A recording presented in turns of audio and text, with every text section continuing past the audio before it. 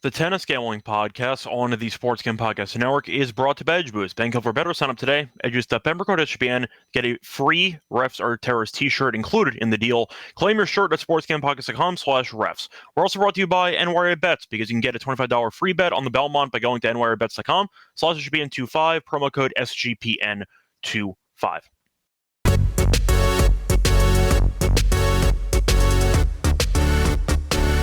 And welcome, everybody, to the Tennis Game Podcast here on the Sports Game Podcast Network. It's currently Thursday afternoon, June 5th, around 1:40 p.m. Eastern Time. I'm always Scott Reichel, once again going solo for this pod.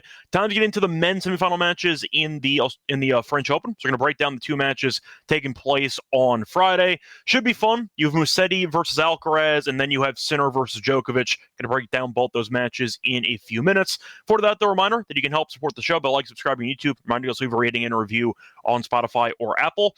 Think we're 3 subscribers away from 1K, I think. So hopefully you can help us get there by the next episode. But point is definitely come a long way on YouTube. So hopefully you can help us get to 1,000 by the start of next episode. Plus, a reminder, podcast is also available on Spotify or Apple if you only want to listen to it on audio platforms, or if the YouTube anti-ad blocking software is annoying you, you can check it out on Spotify or Apple instead. Plus, a reminder, check out the merch store because we do have a lot of great Tennis Gambling Podcast merchandise on the SGPN merch store. We have shirts, we have sweatshirts, we have mugs, different colors, very comfortable, very affordable. Check it out there. Plus, a reminder that we do have a nice contest going on right now because the Stanley Cup final is here, and the Hockey Gambling Podcast is giving away an NHL jersey, a $200 SGPN gift card. Enter for free at sportsgamblingpodcast.com/Stanley Cup to enter the free contest. Moving on to the actual recap of the last episode, a reminder of the actual format. We are going to be recapping the lock and dog for the women's semifinal matches, but we are not going to deep dive those matches. We're going to save that for the women's final episode coming out tomorrow. So instead, we're going to talk about the lock and dogs first, no real detail attached to it. Then we'll move on into the recap of the men's quarterfinals before getting into the men's semis taking place on Friday.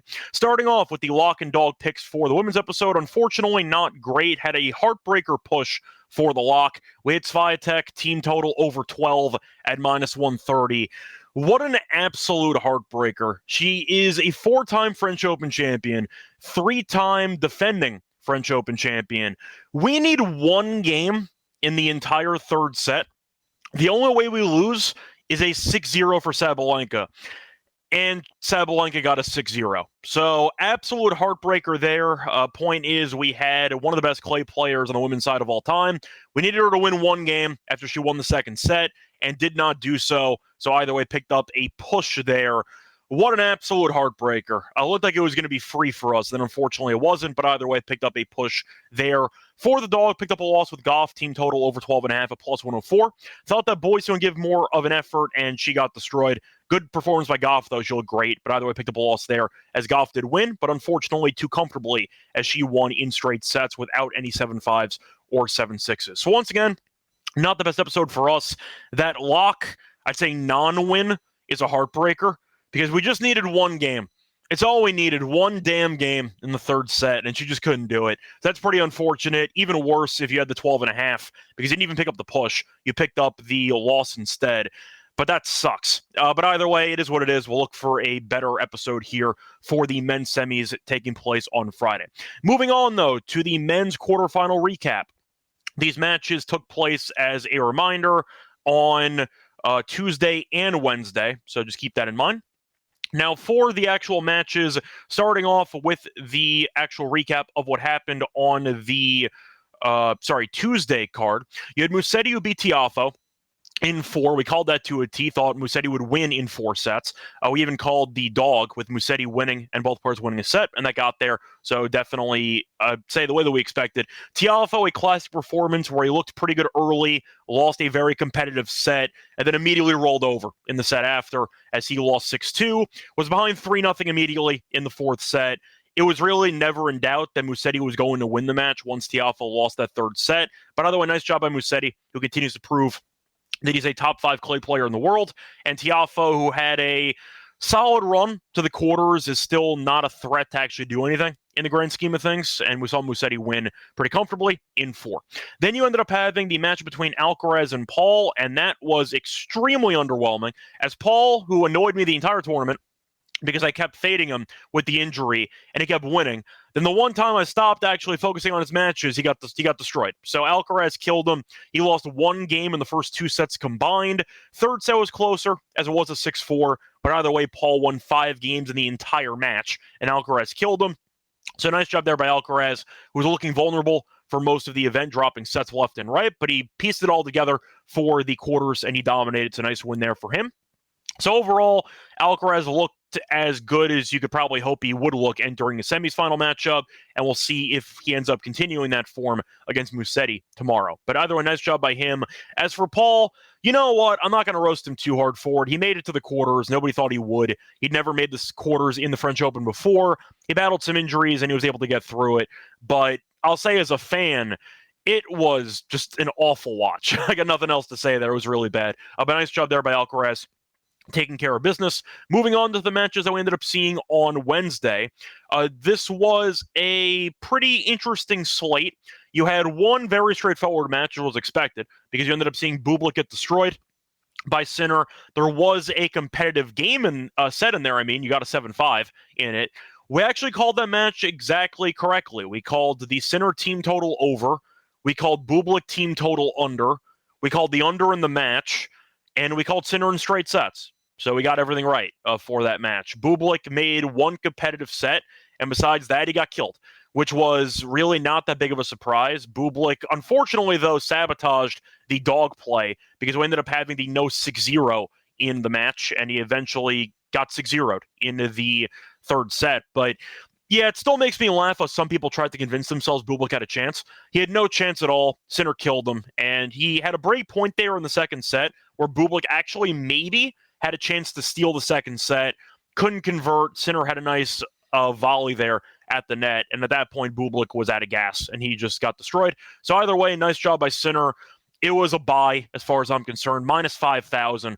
It was pretty, once again, funny seeing all the people argue that Bublik had a chance to make it interesting. No, he didn't. No, he didn't. And I think my favorite part, by the way, was after the match was over.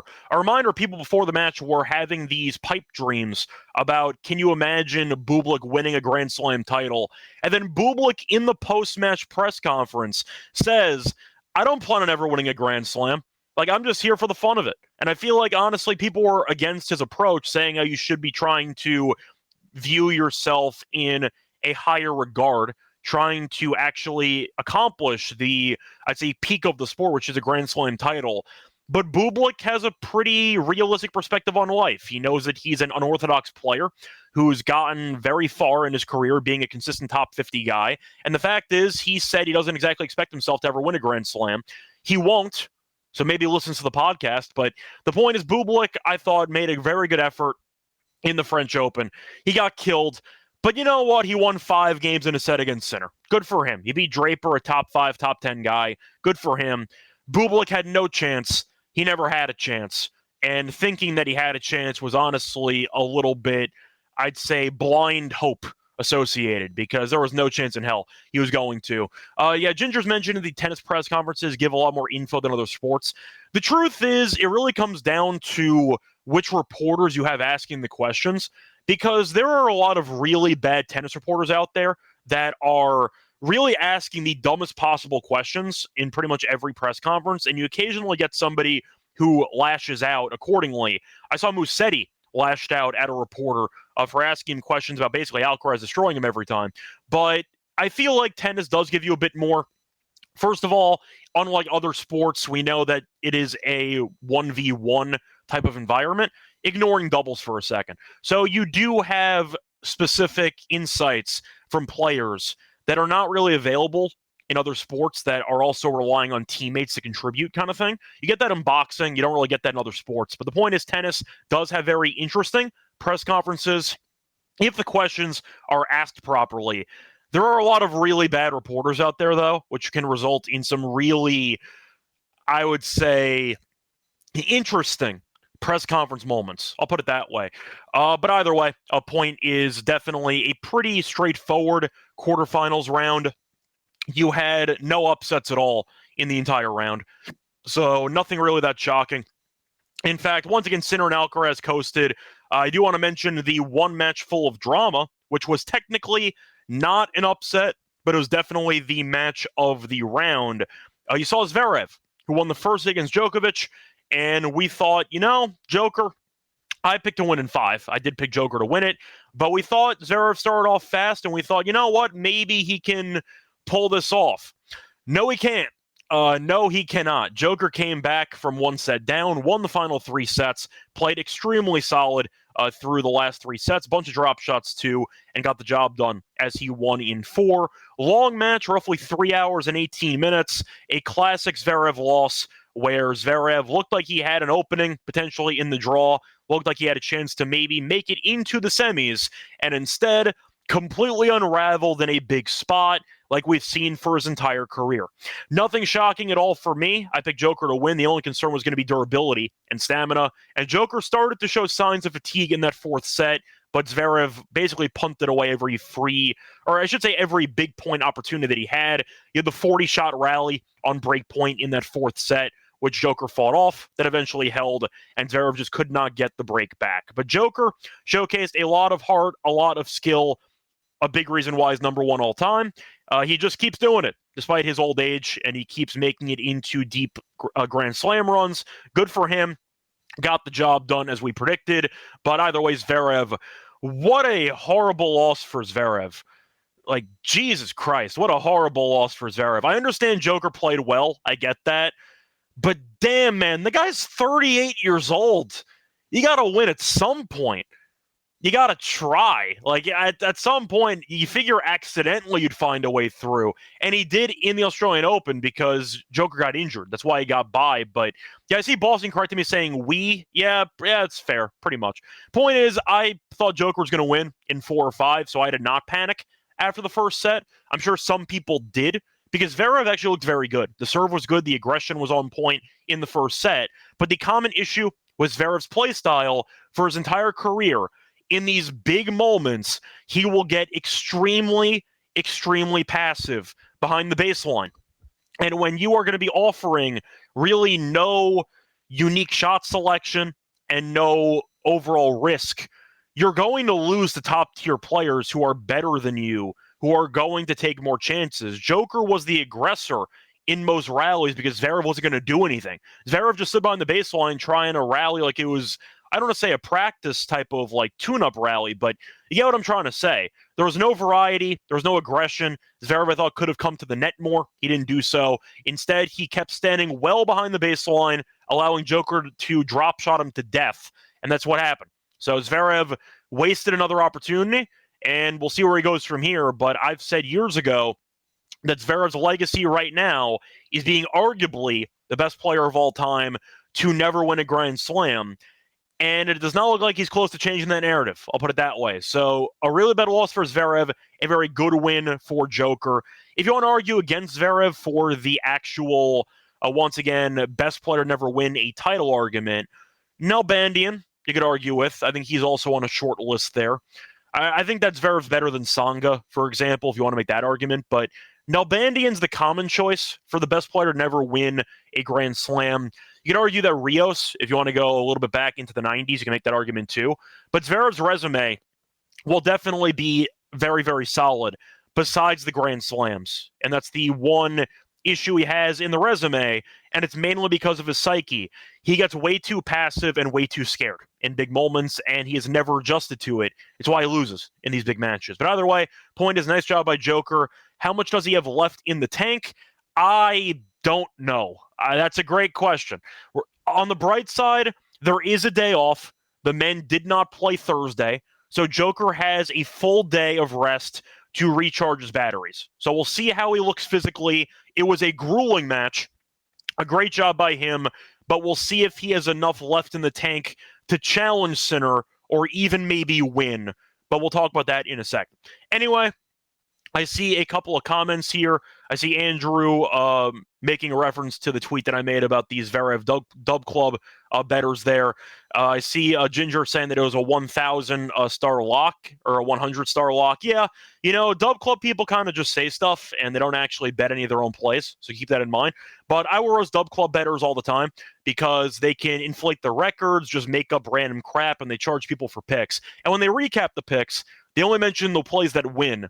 They don't actually recap the plays that lose. That's how they keep the money train rolling. But the point is, I saw a bunch of people on social media that are selling picks, lock of the year, lock of whatever, picking Zverev to be Joker.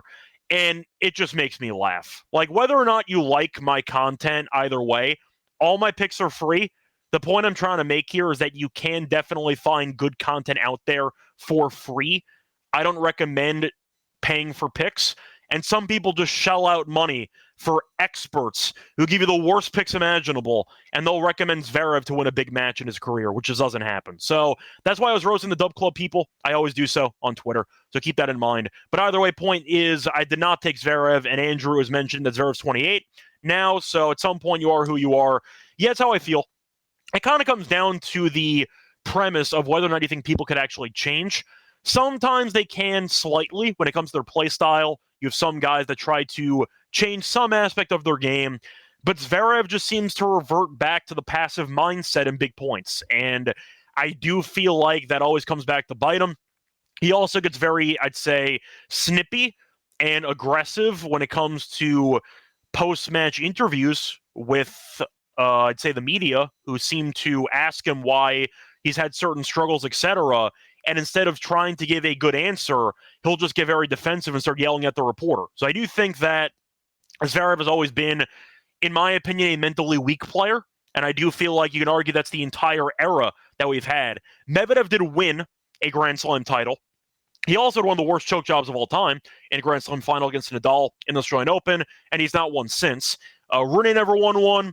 Zverev never won one. Tsitsipas never won one. Rublev never won one. That entire era you can kind of group together as mentally weak, I'd say, star players. Medvedev did get over the finish line. He's the only one. But I'll tell you right now, I feel like if you wanted to rewind back maybe 5-6 years ago to that era of all the guys I just mentioned, one Grand Slam title amongst all of them combined would be insanely embarrassing. And I think most of you would think that's just insane to think about because you'd figured that a couple of them would have won at least one. That has not happened because they are all very mentally weak. So keep that in mind. But Zverev once again imploded, and then Joker ended up winning. So nice job by Joker, and we'll see how much he has left in the tank there against Sinner in the semis. Anyway, time to move on into the preview of the semifinal matches taking place on Friday. Before we get into the actual breakdown of those matches, a reminder they're brought to you by our sponsor, Edge Boost. Get the first ever bank for bettors, ensuring that all your gambling transactions are approved. No usage fees and no minimums. Cash records as well. 100% approval. For other deposits, sign up today. EdgeBoost.bet. Promo code SGPN. And if you sign up this week, you'll get a free Refs or Terrorists t-shirt. Go to sportscam.com/refs to claim your free shirt. Plus, a reminder, go to Underdog Fantasy because they're going long for the NBA playoffs and the NBA Finals with their extender bonus. Hop in for game one, and the longer the series goes, the bigger the bonus gets.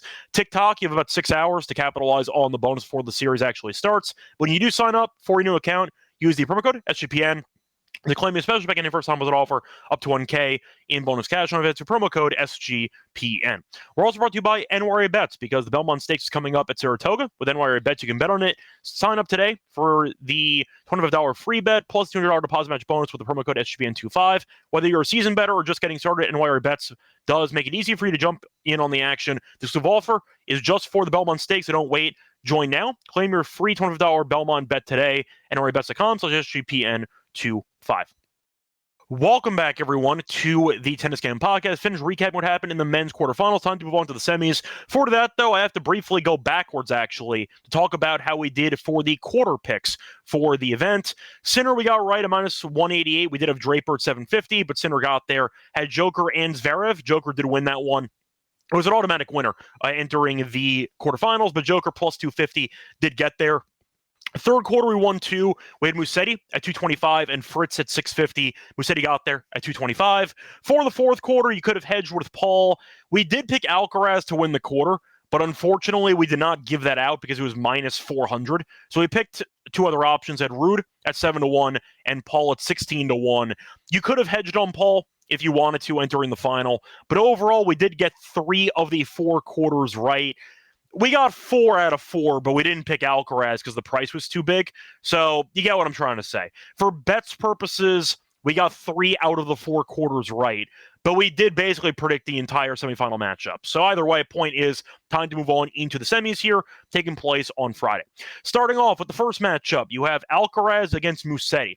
Now, Alcaraz is a massive favorite, about minus 690, minus 700. For the spread, you have minus 6.5 or minus 7.5, depending on what you want to take for price. 6.5 is minus 138, 7.5 is plus 112 for Alcaraz.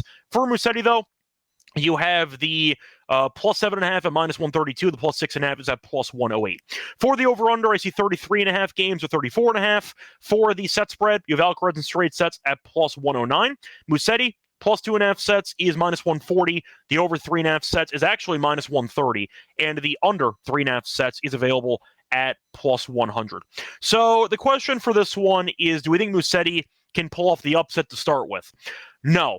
I think everyone's expecting Alcaraz to win.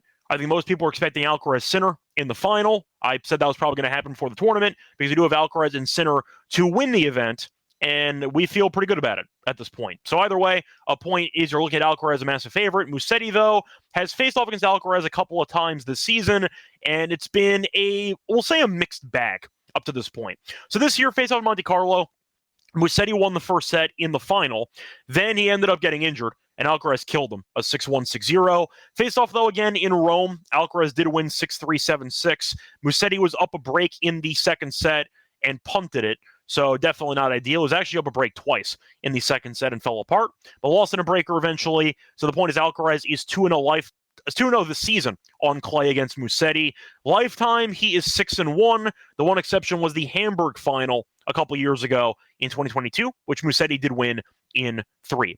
So Alcaraz, once again, is 6-1 lifetime. I'm going to point out that every meeting besides 2 were on clay. So Alcaraz has been very good in the head-to-head. Now, Musetti's path so far has been fine. He's dropped sets frequently over the last couple rounds, but really never in doubt, I'd say. Beat Hoffman in straight sets, beat Galan in straight sets, beat Navone in 4, beat Rune in 4, and beat Tiafoe in 4.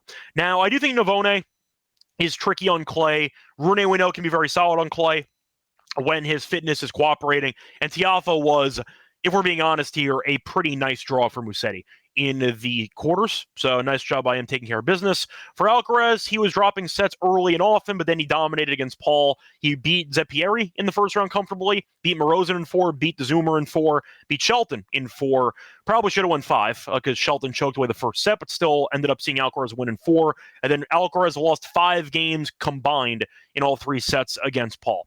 So the question here is, do I think Musetti is actually live to do anything in this match? He's not going to win.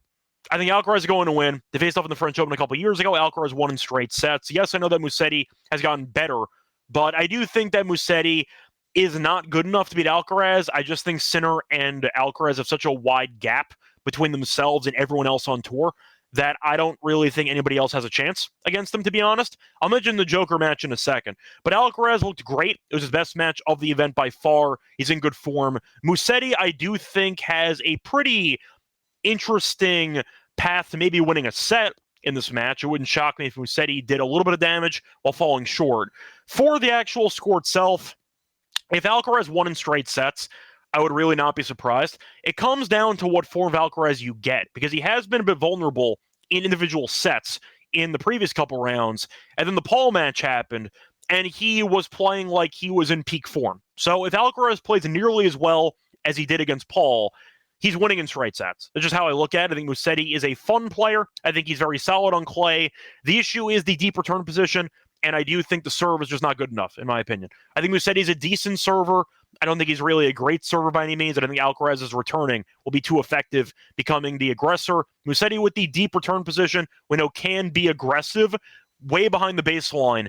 But I do think because of his return position, he's going to force himself into being defensive in a ton of rallies. We know Musetti's also very fast on the court, but Alcaraz can sprinkle in some drop shots, make life uncomfortable for Musetti. I think that's the word I'll use for this matchup. The word I'll use is uncomfortable as the key word. I think Musetti is not really going to do much to make Alcaraz uncomfortable. I think Alcaraz might lose a set if he ends up hitting a bunch of unforced errors, but I do think Alcaraz will dictate the pace and the tone of most rallies, which does give him the advantage in my opinion. Musetti can be very passive at times. Yes, he can unload and hit a crazy defensive winner when needed, but if he lets Alcaraz dictate all of the points or most of them, he's going to be in trouble. And I see that happening again because that's what's happened in the previous meetings throughout the head-to-head. Give me Alcaraz either in 3 or 4. Alcaraz, though, minus 1.5 sets is minus 280. So the real question is, can Musetti win a set? And I think I'm going to go with the other option instead. I'm going to go with Musetti team total under 15. I think there's a couple of ways to get there for this one. If Musetti actually, you know what? Do I actually want to do that? Because in theory, he could get destroyed in a set, but if he wins a set, you're probably screwed. I don't know if you actually are screwed though, because you can see Musetti win 3 games in the next 3 sets. He'll lose in 4, and you end up getting 15 on the dot. I don't actually mind that. I think that's actually fine. I saw most books at 14. I don't mind 15 flat. I can see a world where Alcaraz does bury Musetti, like 6-1 in a set. That wouldn't shock me either, which can help out the team total. But I do think the team total under for Musetti does give you a couple of paths. If Musetti wins a set, you're not even dead because Alcaraz can go God mode, win a set 6-1 or 6-2, and suddenly you're back on pace. But I do think that Alcaraz will win. If I had to go with an actual prediction, I'll go with Alcaraz in, you know what, I'll go 3. I think Musetti can win a set, but I just think Alcaraz has his number, and we've seen that over the last couple of meetings. I think he'll get the job done here. Give me Musetti winning maybe 12 games. You get 6-4s throughout, but I think Alcaraz wins. I just think Musetti doesn't really have the, I'd say, attacking mindset to be as aggressive as needed against Alcaraz, and if he ends up being too passive and he gives Alcaraz ample time to load up on both wings, he's going to have problems. I think Alcaraz wins in straight sets. You could argue Musetti maybe takes 1 if you want to go for Alcaraz in 4, but I'll go straight sets here. I think Alcaraz will get the job done pretty comfortably into this one. Moving on to the next matchup, the match of the round, you have Sinner against Djokovic. Now, for this one, Sinner is a big favorite, but not as big as Alcaraz is. Alcaraz is minus 690. You have a Sinner at minus 430, give or take, and you have Joker at plus 337. For the spread, minus 5.5 for Sinner, plus 5.5 for Joker. The over-under is at 36.5. For the actual set spread, Sinner in straight sets is available at about plus 153. Joker to win a set is minus 200. For the 1.5 sets, you have Sinner minus 1.5 sets at minus 215. Joker to win 2 or more sets is plus 164. The over 3.5 sets is minus 155. The under 3.5 sets is a plus 121. So for this one, the head-to-head's been very in favor of Sinner recently. Sinner's actually been dominant in the head-to-head. If you want to include the exhibition in Saudi, Sinner has won 4 straight against Djokovic, and if you want to factor in the clay career meetings, they've actually faced off 1 time on clay, the first ever meeting in Monte Carlo back in 2021. Joker won in straight sets, means absolutely nothing because Sinner now is number 1 in the world, and that was a long time ago.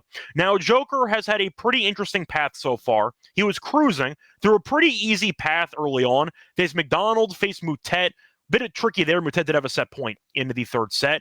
Misalic and Nori, so definitely a very easy draw for Joker. Then it ramped up and he beat Zverev in a 4-setter after dropping the first set in 3+ hours. As for Sinner, he has been absolutely coasting. Beat Rinderknech, beat Gasquet, beat Leheshka, beat Rublev, beat Bublik, all in straight sets. Really never in doubt.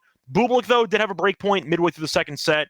Did not convert, and Sinner did eventually win the set, but there was an opening for Sinner to lose a set in the quarterfinals. Now, there were some talking points from the broadcast crew for TNT during that Sinner match against Bublik, talking about how Sinner looked a bit compromised and how he looked injured. I didn't see anything because as soon as the announcer said that, Sinner never dropped the game again. He won the final set in a bagel, so I didn't see anything. You could argue maybe in between points, Sinner was kind of moving around gingerly. Maybe, but I thought he looked fine. He won the final set 6-0, so it didn't look that bad to me, in my opinion. You could argue that it might end up acting up if something happens over the course of this matchup. I think he's fine. He's got a day off as well, like Joker. I think you'll see him look pretty sharp in this one. The thing for Joker, and the reason why I'm a bit skeptical of his chances in this matchup, there was a path for Zverev to take control of rallies, and Joker was able to outlast Zverev in a bunch of long rallies. Sinner, unlike Zverev, will definitely pull the trigger. He'll be aggressive. He'll come forward if needed. And the question is, can Joker handle, in terms of the defense, the firepower that Sinner has? And looking at the last couple of meetings, the answer is no. Now, clay might help Joker when it comes to buying himself more time to actually get into position. But Sinner's won 4 straight against Joker. He's been really, really good. He's barely been broken in any of these matches that he's recently dropped. I think Sinner is a guy who Joker, in my opinion, can't beat at the stage in his career. You could argue maybe he'll win a set, and if there's an injury issue for Sinner, then maybe the door's open. But Joker played a 3+ hour marathon, has 1 day off, so he should be fine early. But if this goes distance, and if you end up seeing a breaker, and maybe it goes to 4 sets, do I think Joker will have enough left in the tank to beat in a Sinner that right now is playing insane tennis? I think the answer is no. I see Joker, in my opinion, winning a ceiling of 1 set in this one. I think Sinner wins comfortably, in my opinion. I hope I'm wrong. I hope the match lives up to the hype. But in reality, I just think Joker does not have the same amount of, I'd say, stamina and the same amount of, I'm trying to think of I'd just say counters. I'll use the word counters because Sinner really has no flaws and he has all the firepower in the world. It's just a bad matchup, in my opinion, for 38-year-old Joker. I'll take Sinner to win this one. If Sinner won in straight sets, I would not be that surprised, honestly, because Sinner, I just think, is on another level compared to other people right now, including Joker. You can argue Alcaraz on the same level as Sinner because Alcaraz has owned him in the head-to-head, and I'll give that point to you. I think Sinner, on an average day, is the best player in the world because of his consistency, and Alcaraz can be quite erratic at times, which causes him to punt sets to the Zoomer, to Morozin, to Shelton, etc. But Sinner not dropping a set sounds par for the course because he beats everybody, and the fact is he's very consistent. He hits with power and precision, and I think if he pushes Joker around the court with the firepower he has, it's going to be a rough going for Joker. So for me, I'm going with Sinner. Do I think Joker wins a courtesy set? I think I'm going to say no. For value alone, I think there's value on Sinner in straight sets at plus 153. I hope Joker can make it interesting. I just don't see that happening. I think he won because he played well, don't get me wrong, but the drop shots are not going to be as effective against Sinner, who's going to play closer to the baseline, who's going to be able to showcase the firepower, to be the aggressor in rallies. Joker had all the free time in the world because Zverev would never actually be the aggressor. Sinner's going to, and Sinner, if he forces the issue, should get the upper hand in a ton of rallies. Kind of similar to my breakdown for the Alcaraz and Musetti matchup. I just think that you're going to see the two favorites be the aggressor more often than not, take control, showcase the elite skill set, and win. So if Sinner ends up having an injury act up on him, then Joker maybe has a chance, or maybe he ends up winning 1 set plus. But assuming Sinner's healthy, I think it's a really bad matchup for Joker. So I'm going with chalk here. Pretty straightforward, anticlimactic matches for the Friday card. I'm going Joker to lose in straight sets to Sinner, and I am going to go with Alcaraz to beat once again, Musetti in straight sets. Maybe you end up getting 4 sets in one of those matches, but I don't see 5 in either of them. Think we'll get the Alcaraz and Sinner final, which we all expected when the tournament began. But that's what I'm going to pick. I'm not going to change my opinion on it. There's a reason why I took Alcaraz and Sinner, and basically nobody else. I took a long shot with, I think it was Ruud at the time for the event, but I was feeling good about Alcaraz and Sinner. We saw them just face off in Rome. And yes, Alcaraz killed him in the second set of Rome, but Sinner beat everybody handily. He only dropped 1 game to Ruud on clay. The point is Sinner and Alcaraz are so far ahead of everyone else. I can't make a case for anybody else right now. So once again, give me the favorites to get the job done comfortably here in the semis, taking place on Friday. Now it's time for the actual lock and dog picks for the show.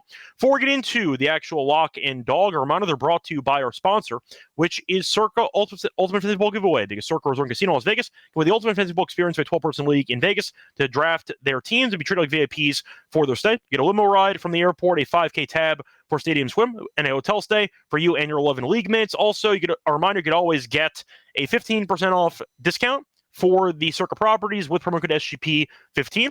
Enter the Ultimate Fantasy Bowl contest for free at sportsgamblingpockets.com or Circa. That's sportsgamblingpockets.com/CIRCA.